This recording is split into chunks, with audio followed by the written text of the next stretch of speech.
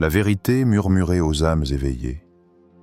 Il fut un temps où la vérité ne se criait pas sur les places publiques. Elle se murmurait dans les cavernes intérieures de ceux qui osaient encore entendre, dans les soupirs des anciens arbres, dans les silences des nuits sans lune. Ceux qui voyaient au-delà du visible étaient traités de fous. On les montrait du doigt, on les enfermait, parce qu'ils percevaient ce que les autres refusaient de regarder, parce qu'ils parlaient un langage que seuls les cœurs éveillés savaient entendre.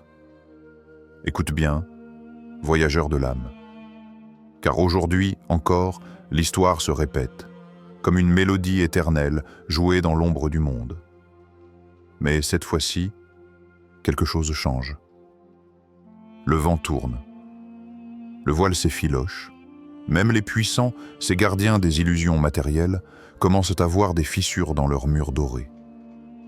Les autorités, ces représentants de la raison rigide, ceux qui ont ri de toi, ceux qui t'ont regardé de haut, te désignant comme dérangé.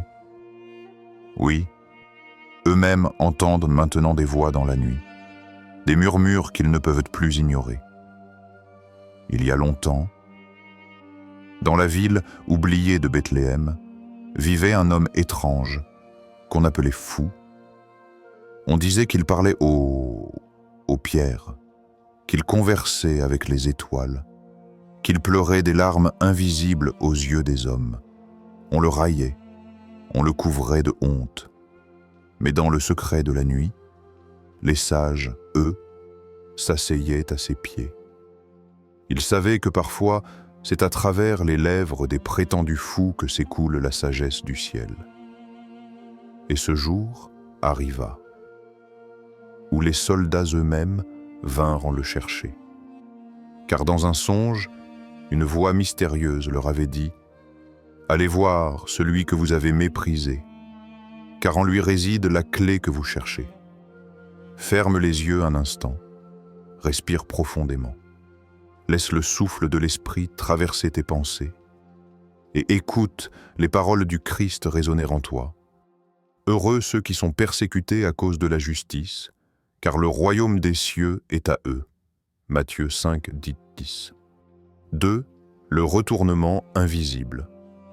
Et le jour est arrivé, le grand retournement, ce que les sages appelaient depuis des siècles, la révélation inévitable, ce moment suspendu, où les puissants, vêtus de leur orgueil comme d'une armure d'acier, ont dû poser genoux à terre devant ce qu'ils avaient toujours piétiné. Ils riaient, ils criaient plus fort que le silence. Mais la vérité, la vérité ne meurt jamais. Elle rampe dans les interstices des murs d'orgueil. Elle attend, patiente, cachée dans les recoins invisibles de la conscience humaine. Et puis, un fragment de lumière a percé l'obscurité. Une preuve, un témoignage, une vision qui les a foudroyés sans avertissement. Les murs de leur arrogance ont tremblé comme des feuilles soutenues sous la tempête.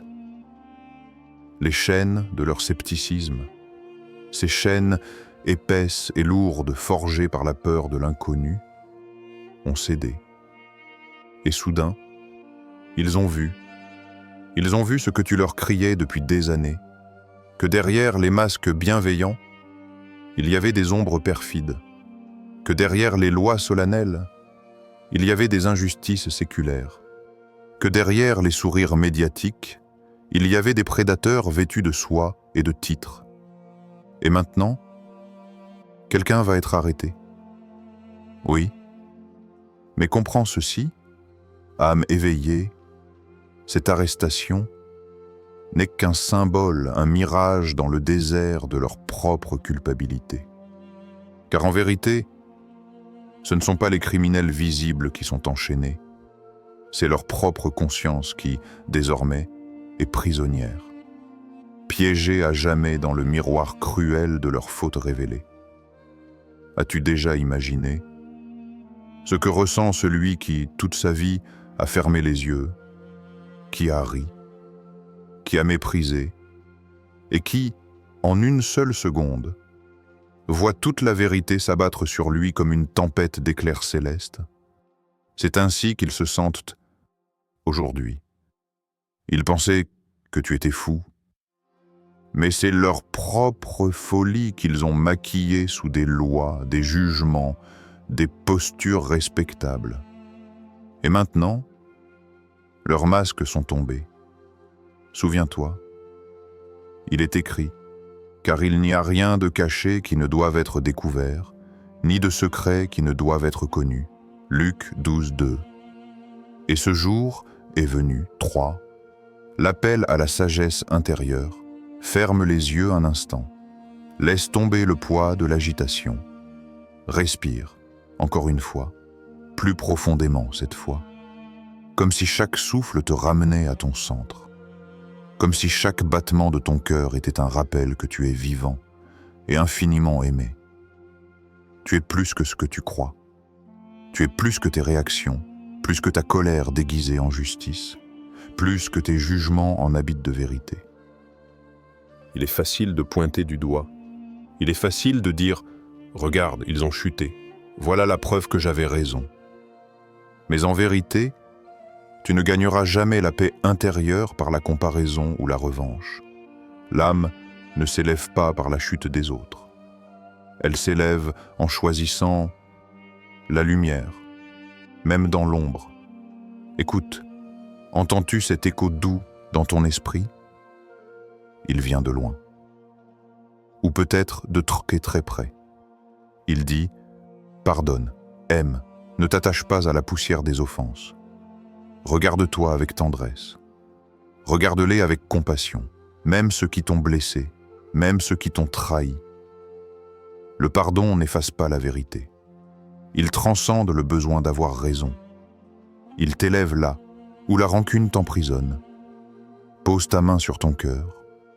Sens sa chaleur, sens cette pulsation divine, ce feu tranquille. Car il y a une paix plus vaste que le verdict, un silence plus puissant que les cris, une vérité qui n'a pas besoin de triompher pour exister. Souviens-toi, le Christ n'a pas crié vengeance, il a chuchoté pardon. Dans la souffrance, il a choisi l'élévation, et ce choix n'est pas réservé aux saints. Il est offert à toi, ici, maintenant. Et si, au lieu de chercher à gagner, tu cherchais à aimer, à comprendre, à guérir, laisse cette question vivre en toi. Ne la précipite pas. Laisse-la t'enseigner. Laisse-la t'ouvrir. Et regarde ce qu'elle éclaire, là dans les coins encore sombres de ton cœur. Le monde se défait, comme un vieux tissu usé par le mensonge. Les coutures craquent, les masques tombent un à un dans le silence pesant de la vérité révélée. Ce que tu croyais stable chancelle. Ce que tu appelais justice vacille. Et ceux que tu plaçais sur des trônes faits d'or sont nus, soudain, devant les regards éveillés. Quand la lumière tombe sur les ruines, tu peux choisir de bâtir une prison pour te venger, ou un sanctuaire pour comprendre, souviens-toi, même lorsque tous te pointent du doigt, quand les regards sont durs, quand le tumulte t'accuse ou t'oublie, il y a une sagesse tranquille en toi qui ne s'est jamais tue. Elle ne crie pas. Elle murmure. Elle observe et attend que tu reviennes à elle. Car au bout du compte, il n'y aura plus d'applaudissements, plus de sentences, plus d'ennemis à battre, plus de fautifs à punir. Il n'y aura plus que toi. Toi, face à ton reflet dans l'eau immobile de l'éternité. Et si tu devenais, non pas celui qui accuse, non pas celui qui condamne, mais celui en qui les autres déposent enfin leurs armes, non par peur, mais par révérence, parce qu'en toi, ils reconnaissent une paix qu'ils ne trouvent nulle part ailleurs. Parce qu'en toi, ils sentent la présence. Parce qu'en toi, ils n'entendent plus la rage du monde, mais la voix de ce qui ne meurt jamais.